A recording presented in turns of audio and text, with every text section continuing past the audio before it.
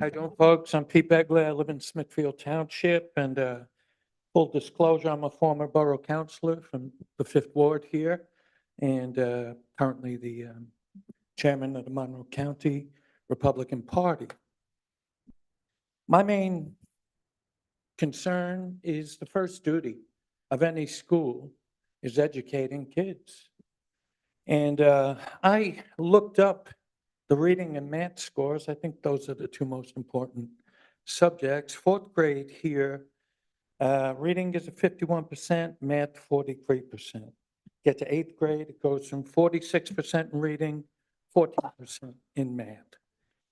The high schools, reading in North is 52% passing rate. In reading, 22% in math. And South, where we are, is 57% reading and 25% in math. That is alarming. That is really bad. So that's your first duty.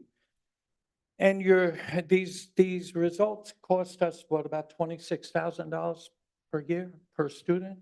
Is that how the math works out? I think it's about 26K.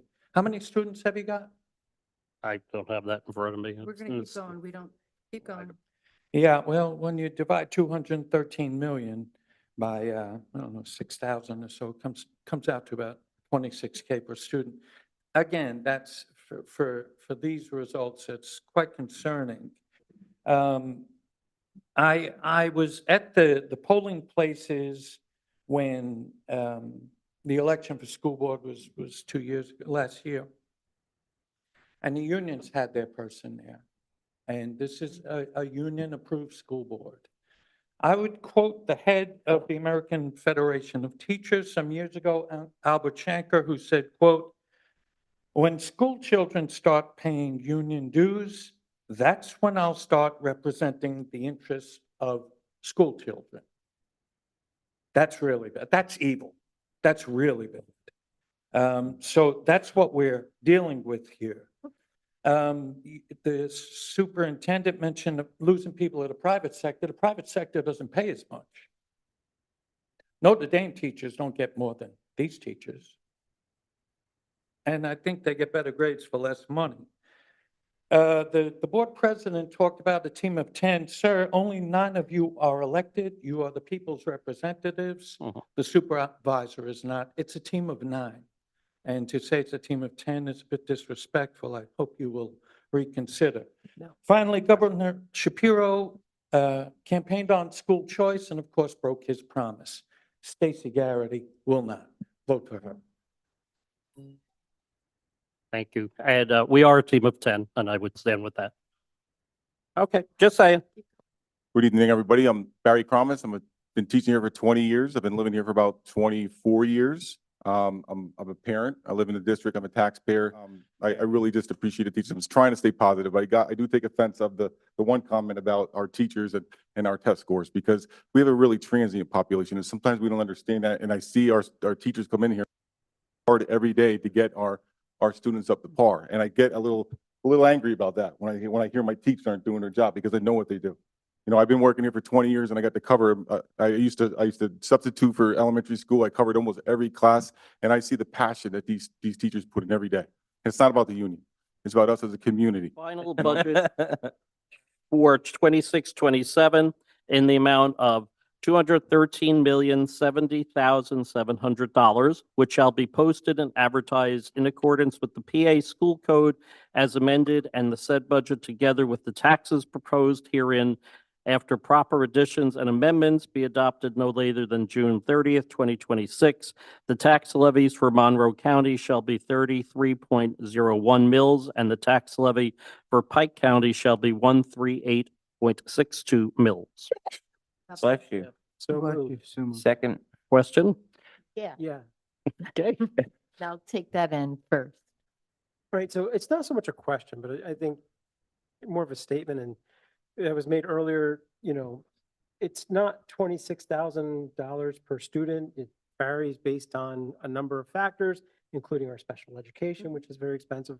I just wish people would stick around to hear these kind of things and be informed about it, but it's more than just, you know, you can't just take $1 and associate it that way.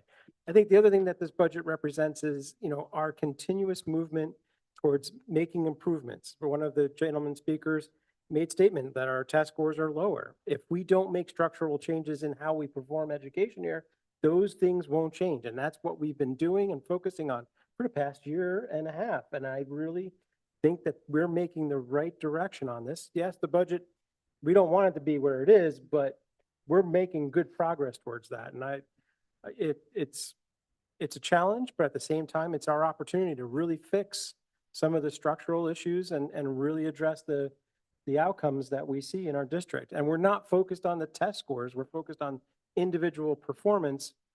This is the way we get there. That's all I wanted to say. And you know what, though, too? with the Excellent. test Well scores said. don't define a kid. No, It's can they be a functioning member of society and aspire to do what they dream to be? Like, I could tell you 100 kids that got bad test scores, but they're like rocket scientists now, or teachers, or something else. Mhm. You know, I was terrible at tests. You know, a lot of people are. Test scores Mhm. don't define you. It's just Absolutely. a part of who it is.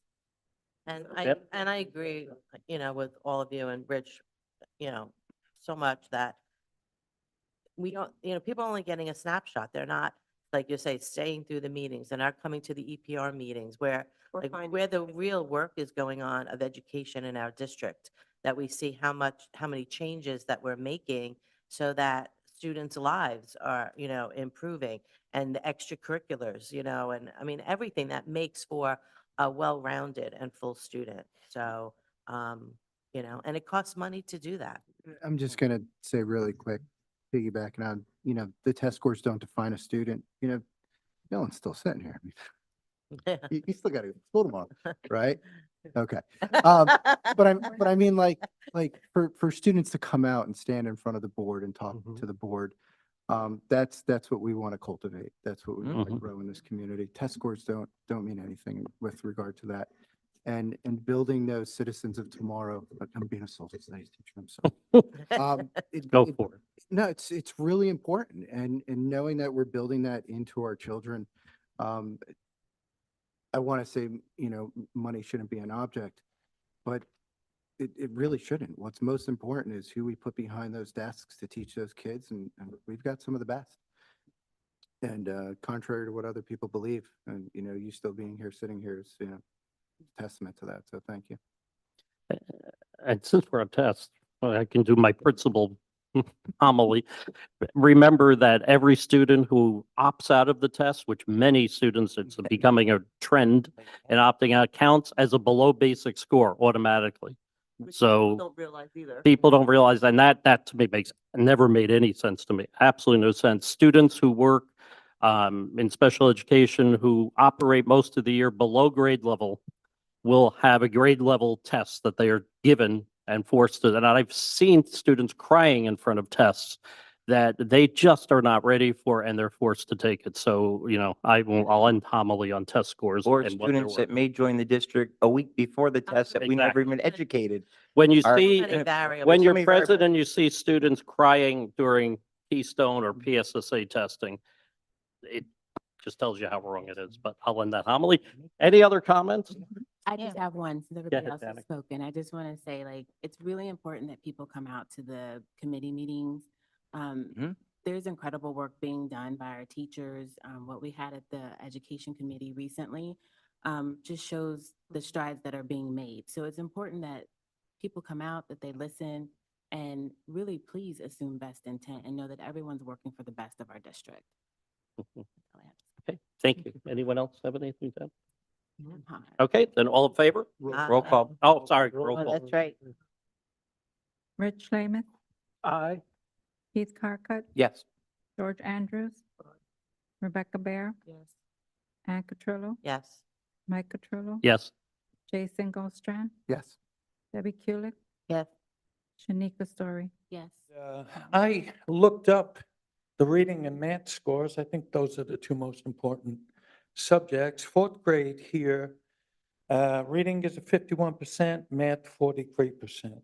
Get to eighth grade, it goes from 46% in reading, 14% in math.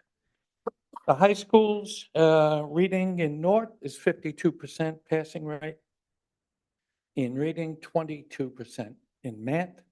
And South, where we are, is 57% reading and 25% in math. That is alarming. That is really bad. So that's your first duty,